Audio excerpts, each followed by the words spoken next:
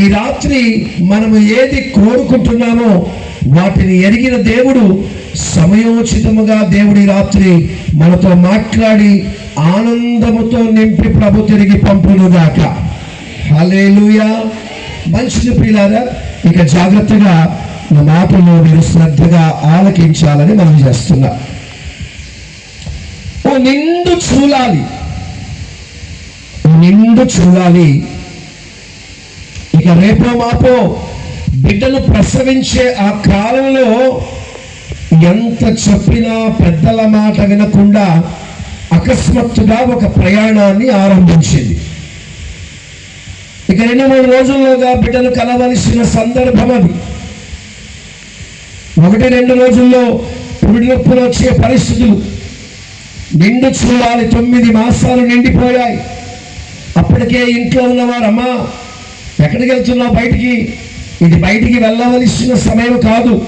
ఇంటి పట్టున ఉండి నీ ఆరోగ్యాన్ని, నీ బిడ్డ క్షేమాన్ని గురించి ఆలోచించవలసిన సమయం కాబట్టి మొట్టసంగా ఇంటి పట్టున ఉండి ప్రసవించడానికి సిద్ధముగా ఉండని ఆ ఇంట్లో ఉన్న పెద్దవాళ్ళు ఎంత ఉద్యోగించినా, ఆ ఇంట్లో ఉన్న వాళ్ళు ఎంతగా బిడ్డను బలపరిచినా వారి మాట వినకుండా, ఇది వరకు నేను పిల్లల్ని కన్నాను కదా, పిల్లలను కనే సందర్భము పరిస్థితులు ఎలా ఉంటాయో నాకు తెలుసులే అన్నట్టుగా వారు ఎంత గద్దించినా, వారు ఎంత ఉద్యోగించినా వారి మాట వినకుండా ఆ తల్లి భయంకరమైన అరణ్యము వైపు, నిర్మానుష్యమైనటువంటి మనుష్య సంచారము లేని ఆ మార్గములో తన ప్రయాణాన్ని ఆరంభించింది. తను వెళ్ళిపోతున్న సమయంలో ఆ తల్లి మనసులో వచ్చిన ఆలోచన, ఇదివరకే నేను పిల్లలను కన్నాను కనుక ఆ పిల్లలను కనే సమయం సందర్భం ఎలా ఉంటుందో నాకు తెలుసు, మీరేం చెప్పాల్సిన పని నాకు లేదు, నాకు తెలుసులే అంటూ తన ఇష్టానుసారంగా తన ఇష్టమైనట్టుగా ఆలోచిస్తూ నిర్మానుష్యమైన మనుష్య సంచారం లేని ఆ భయంకరమైన ప్రదేశం వైపు తన ప్రయాణాన్ని ఆరంభించింది. ఇంటిలో ఉన్న వారు ఆందోళన పడుతున్నారు. ఎంత చెప్పినా మాట వినడం లేదు. ఇంటినారా ఈవిడ ప్రయాణం సాగిస్తానే ఉన్నది. అలా అనుకుంటూ కాస్త దూరం ప్రయాణం చేసిన తర్వాత నాకు తెలుసులే అన్నట్టుగా ఆ తల్లి ప్రయాణం చేస్తూ అరణ్యంలో కొంత దూరం ప్రయాణమై వెళ్ళిన తర్వాత అనుకున్నట్టుగానే పురిటి నొప్పులు ఆరంభమయ్యాయి. ఒక్కసారిగా ఆవిడ ఆ నొప్పులు ఆరంభమైన సమయంలో ఒక్కసారిగా భయపడి అవాక్కైపోయి ఇక గడగడ వణికిపోతా ఉంది.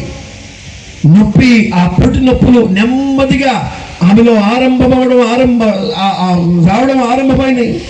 ఇక నొప్పిని భరిస్తా ఇటు అటు చూస్తూ ఉంది. ఎవరైనా కనబడతారేమో, ఎవరైనా సహాయం చేస్తారేమో, ఎవరైనా ఆదుకుంటారేమోనని పాపం ఆ నిండు చూడాలి ఎంత చెప్పినా మాట వినకుండా, ఎంత గద్దించినా మాట వినకుండా, అరణ్యము, ఎడారి, మనుష్యులు లేని, మనుష్య సంచారము లేని ఆ ప్రదేశం వైపు తను ప్రయాణం కట్టిన వేళ అంతలోనే పురిటి నొప్పులు ఆరంభము కాగా ఆ నొప్పి తట్టుకోలేక ఎవరైనా సహాయం చేస్తారేమోనని ఇటువంటి చూస్తున్నా కనుమేరకు సహాయము చేయగలిగిన వారు ఎవరు కనబడతలేరు. నెమ్మదిగా నొప్పులు ఎక్కువ అవడం ఆరంభమయ్యాయి.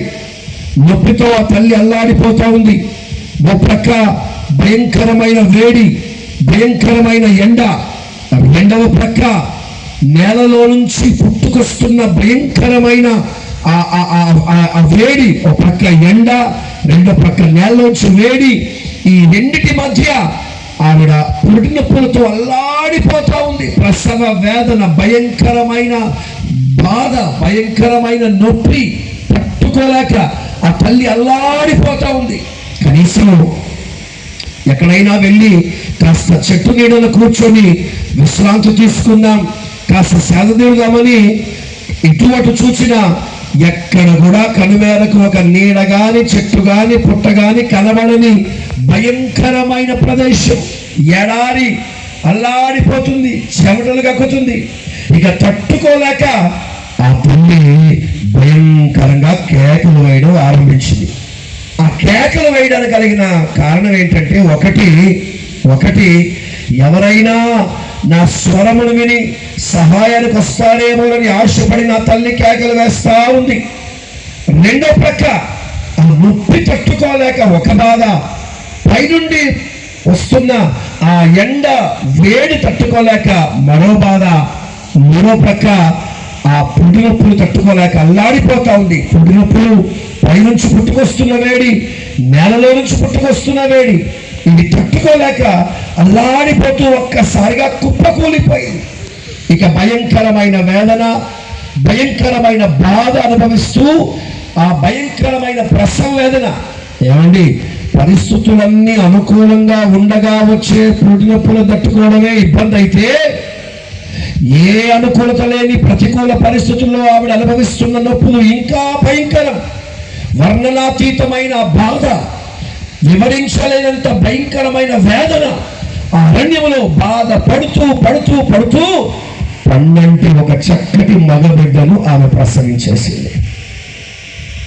ఒక్కసారిగా తల్లి గర్భములో అప్పటి వరకు భద్రంగా ఉన్న బిడ్డ, ఒక్కసారిగా అప్పటి వరకు తల్లి కడుపులో క్షేమంగా ఉన్న బిడ్డ గర్భములో నుండి బయటపడగానే ఎండ వేడి, తీక్షణమైన ఎండ వేడి తగిలి, ఆ ఇసుక వేడి తగిలి కెవ్వమని కేకలు పెట్టి ఏడడం ప్రారంభించాడు.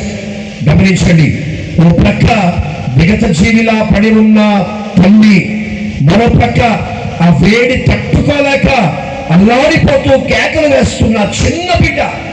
ఈ రెండు సందర్భాలు, ఈ రెండు పరిస్థితులు, ఈ ఇద్దరి పరిస్థితులు మాటల్లో వివరించలేనంత భయంకరమైన సందర్భం, మాటల్లో కూడా చెప్పలేని భయంకరమైన బాధ. మాత్రం చాలా జాగ్రత్తగా మీరు ఆలకించాలని మనవి చేస్తున్నారు. ఆ బిడ్డ పాపం ఆ వేడి తట్టుకోలేక కాలిపోతున్న శరీరము ఆ తట్టుకోలేక కేకలు వేస్తూ ఉన్నాడు. రెండో ప్రక్క ప్రాణము లేనట్టుగా ఏమి చేయలేని పరిస్థితుల్లో అలా పడి ఉన్న తల్లి. ఇంతలోనే తన ఇంట్లో ఉన్న వాళ్ళందరూ ఈవిడ ఇంట్లో నుంచి బయటికి వెళ్ళిపోయిందని భర్త రాగానే చెప్పాడమ్మా, అయ్యా నీ భార్య ఎంత చెప్పినా మాట వినకుండా బయటికి వెళ్ళిపోయింది, ఎదుగు ఫలాని వైపు ప్రయాణం సాగించింది, అటువైపు వెళ్ళింది అని చెప్పగానే ఆ ఇంట్లో ఉన్న వాళ్ళందరూ ఆమెను వెతుక్కుంటూ ఆమె వెంట ప్రయాణమై అరణ్యంలో పరిగెడతా ఉన్నారు. ఇంతలో ఆమె వెతుకుంటూ అరణ్యంలోనికి వచ్చేటప్పటికి ఎక్కడో చిన్న బిడ్డ కేకలు వేస్తున్న ఏడుపు వినపడింది. వాళ్ళకి డౌట్ రానే వచ్చింది, సందేహం రానే వచ్చింది. పరిగెత్తుకుంటూ అక్కడికి వెళ్ళారు. వెళ్ళేటప్పటికి చూస్తే ఏమి చేయలేని పరిస్థితుల్లో పడిన తల్లి గర్భంలోంచి బయటపడి నాభి కత్తిరింపబడక అలా వేడి కొట్టుకుంటున్న బిడ్డ, రక్తపు మడుగులో కొట్టుకుంటున్న బిడ్డ. ఆ దృశ్యాన్ని చూసిన వారు పరిగెత్తుకుంటూ ఆమె దగ్గరికి వెళ్ళి వెంటనే తల్లి బిడ్డను వేరు చేసి ఆ బిడ్డను తీసుకొని పోయి ఆ పొట్టి గుడ్డలు చుట్టి ఆ బిడ్డను చక్కగా శుభ్రపరుస్తూ ఉన్నారు. మరో ఇద్దరు సహోదరులు ఆ తల్లి దగ్గర కూర్చొని ఆ తల్లి కాస్త సేద తెచ్చి ఆమె కాస్త మంచినీళ్ళు తాగించి ఆమెను కాస్త ఆదరిస్తూ ఆమెకు చెప్తా ఉన్నారు, అమ్మా బాధేం పడకమ్మా, ఇబ్బందులేం పడకమ్మా,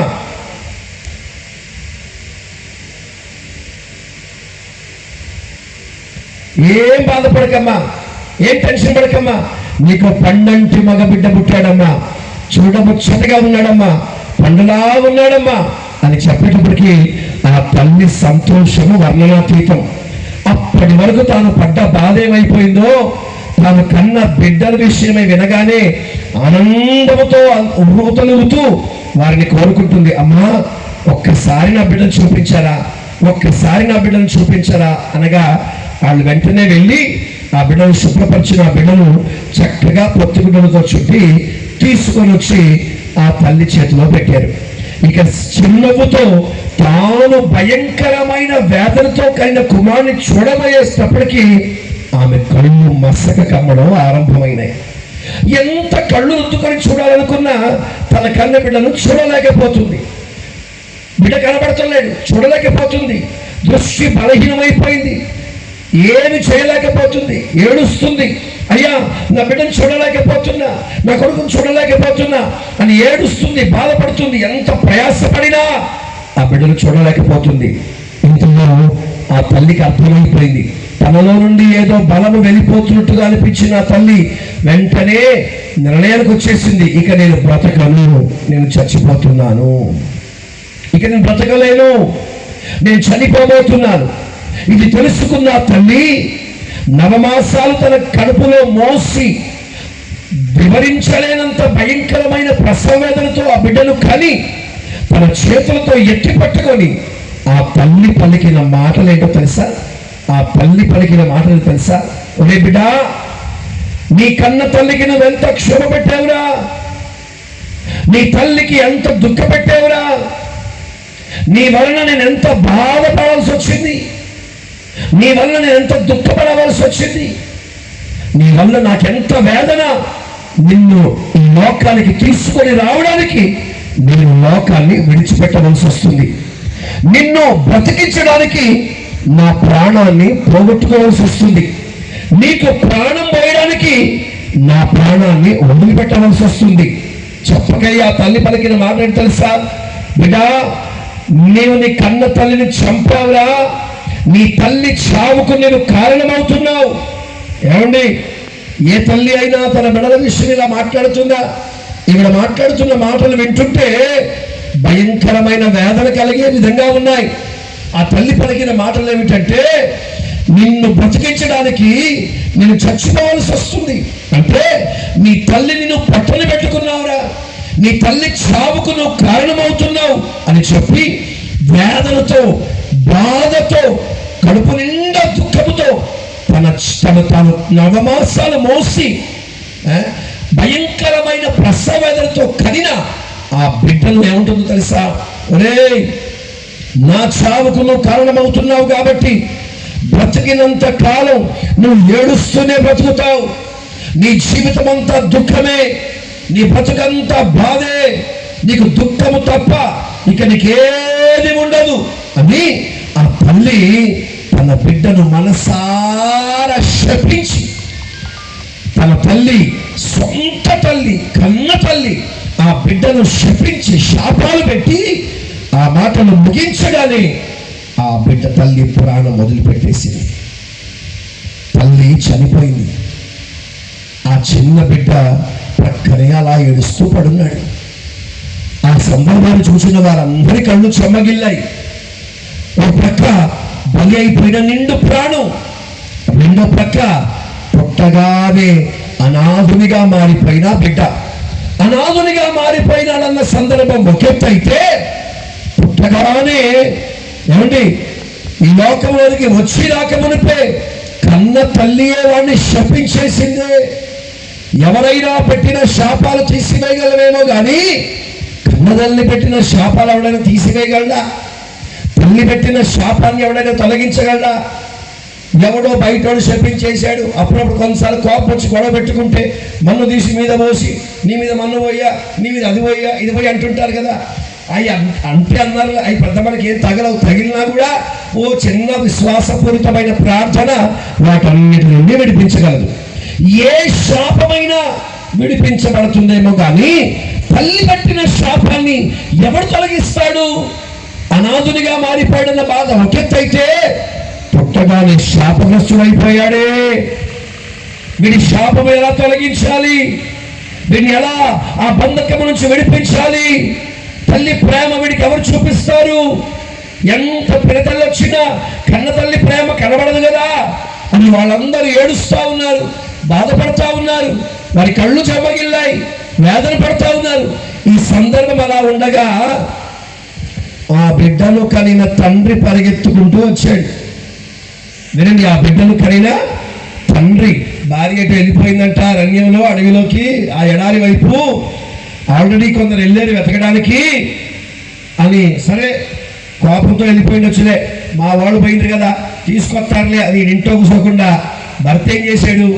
ఆ భార్య మీద ఉన్న ప్రేమతో పరిగెత్తుకుంటూ అరణ్యానికి వెళ్ళాడు. వెళ్ళి వెళ్ళి వెళ్ళి వెళ్ళి మొత్తానికి ఆ స్థలము జరిగేటప్పటికి భార్య చచ్చిపోయింది, భర్త బిడ్డ ఏడుస్తూ ఉన్నారు. ఆ దావీదు ఆ స్త్రీని తీసుకొని వచ్చి ఆ బిడ్డల తండ్రి చేతిలో పెట్టారు. గమనించండి, చచ్చిపోయిన తన భార్య వైపు కూడా చూడకుండా తాను కనిన కుమారుని చేతిలో పెట్టుకొని ఏమండి, జాగ్రత్తగా వినండి. తన చేతిలో ఎత్తి పట్టుకొని అదిగో తన చూస్తుండగా తండ్రి ముఖములో ఒక చిరునవ్వు ఆరంభమైంది. తండ్రి ముఖములో ఒక సంతోషం ఆరంభమైంది. పిల్లరా, మీరు ఒక మాటను చాలా జాగ్రత్తగా వినాలని మనవి చేస్తున్నాను. తల్లి వాడిని ఏం చేసింది? శపించేసింది. మళ్ళీ చెప్తాను, తల్లి ఏం చేసింది? వాడిని శపించేసింది. బాగా వినండి, బాగా వినండి. శాపాలు పెట్టి వాడికి ఏమని శాపం పెట్టింది?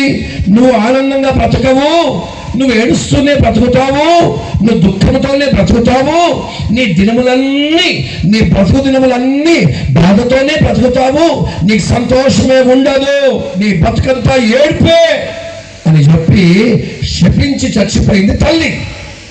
ఇంతలో తండ్రి ఆ స్థలానికి వచ్చి తన బిడ్డను చేతిలో ఎత్తి పట్టుకోగానే తండ్రి ముఖంలో చిరునవ్వు ఆరంభమైంది. నేను ₹1,00,00,000 మాట చెప్తాను, మీరు గట్టిగా చప్పట్లు కొడతారా? మీ చేతులు రెడీగా పెట్టుకోండి. మీ చేతుల్లో ఏమీ లేకుండా గట్టిగా చప్పట్లు కొట్టడానికి సిద్ధంగా ఉండండి.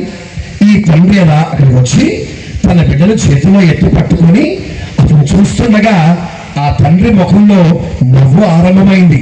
ఆ తండ్రి ముఖంలో ఆనందం ఒకటి కనబడింది. ఆ తండ్రి అతిశయంగా చూస్తూ తన బిడ్డను ఏమంటాడు తెలుసా? అరే బిడ్డ, నువ్వు నా సంతోషానికి కారణమయ్యావురా, నా ఆనందానికి నీవు కారణమయ్యావురా అని చెప్పి తన తండ్రి తన బిడ్డ మీద చేయి పెట్టి ఏమంటాడు తెలుసా? నాకు సంతోషాన్ని కలగజేసావు గనుక, వినండి, నాకు సంతోషాన్ని కలగజేసావు గనుక, నిన్ను చూడగా నాకు నెమ్మది కలిగింది గనుక నీవు బ్రతుకు దినములన్నీ ఆశీర్వాదకరంగా ఆనందంగా ఉంటావని తండ్రి ఆశీర్వదించాడు. అంటారా గట్టిగా? చాలా మంచిది. మీ చప్పట్లు నా వరకు వినపడలేదు, మంచిది. కానీ ఇంకో మాట చెప్తాను, ఈ తర్వాత మీరు కొట్టే చప్పట్లు ఇప్పుడు కొట్టిన చప్పట్ల కంటే ఎక్కువ రావాలి. ఎందుకు తెలుసా? నేను చెప్పే మాట కూడా అలాంటిదే. మళ్ళీ చెప్పండి. తల్లి ఏం చేసింది? శపించింది. తండ్రి ఏం చేశాడు? ఆశీర్వదించాడు. తల్లి ఏమన్నది? ఏడుస్తూ బ్రతుకుతావురా అన్నది. తండ్రి ఏమంటున్నాడు? ఆనందంతో బ్రతుకుతావుడా అన్నాడు. బాగా వినండి, అద్భుతం చెప్తాను. ఇప్పుడు మీ చేతులు రెడీగా పెట్టుకోవాలి, ఇంకా గట్టిగా కొట్టాలి. సంతోషం తట్టుకోలేకపోతే గంతులు వేయండి, మౌనంగా మాత్రం కూర్చోబాకండి. దేవునికి మహిమ కలుగును గాక. ఏ క్షణమున తండ్రి ఆశీర్వదించాడో వినండి, ఏ క్షణమున తండ్రి ఆశీర్వదించాడో తల్లి పెట్టిన శాపాలన్నీ కొట్టివేయబడ్డాయి. తండ్రి ఆశీర్వాదం శాశ్వతంగా నిలబడిపోయింది. హల్లెలూయా! చెప్పాలి గట్టిగా. తల్లి శపించింది, తండ్రి ఆశీర్వదించాడు. ఇప్పుడు తల్లి శాపము కొట్టివేయబడింది, తండ్రి శాపం, తండ్రి ఆశీర్వాదం, క్షమించండి, తండ్రి ఆశీర్వాదం ఆ బిడ్డ పైన శాశ్వతంగా దీవెనకరంగా మారిపోయింది. హల్లెలూయా! కొంచెం గట్టిగా.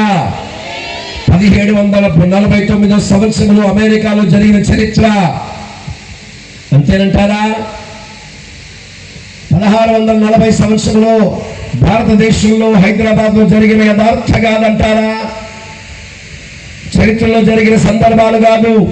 నేను చెప్పిన ఈ మాటలన్నీ అక్షరార్థకంగా పరిశుద్ధ గ్రంథములో రాయబడిన ఒక అద్భుతమైన చరిత్ర. ఇది కట్టుకథ కాదు, ఇదేదో కథల్ని ముందు పెట్టిన సందర్భం అంతకంటే కాదు. కొన్ని వేల సంవత్సరాల క్రిందట జరిగిన నగ్న సత్యం. ఇది యథార్థ గాథ, ఇది చరిత్ర. ఆ రోజున ఎంత చెప్పినా మాట వినకుండా గడప దాటి ప్రయాణమైపోయిన ఆ సహోదరి పేరు రాహేలు. ఆ రోజున అరణ్యములో భయంకరమైన ప్రసవ వేదనతో ఆమె తన కనిన కుమారునికి ఆమె పెట్టిన పేరు బెనోని. ఆ బెనోని అన్న మాటకు అర్థమే దుఃఖపుత్రుడు. దుఃఖముతో బ్రతుకుతావు, ఏడుస్తూ బ్రతుకుతావు, నీ బ్రతుకంత దుఃఖమే అని రాహేలు తన కుమారునికి బెనోని అని శాపం పెట్టి చచ్చిపోయింది. ఆ బిడ్డను కన్న తండ్రి ఎవరో కాదు, అతని పేరు యాకోబు. పరిగెత్తుకుంటూ అక్కడికి వచ్చాడు, తన బిడ్డను చేతిలో ఎత్తి పట్టుకున్నాడు. అతిశయంగా ఆ మనసులో అతిశయించాడు. ఇక వెంటనే తన కుమారుడికి ఎవరి పేరు పెట్టాడు తెలుసా? బెన్యామీన్. ఆ మాటకు అర్థము నా కుడి చేతి పుత్రుడు, అనగా నా ఆనందం నువ్వే, నా అతిశయం నువ్వే, నా సంతోషం నీవే. జాగ్రత్తగా వినండి.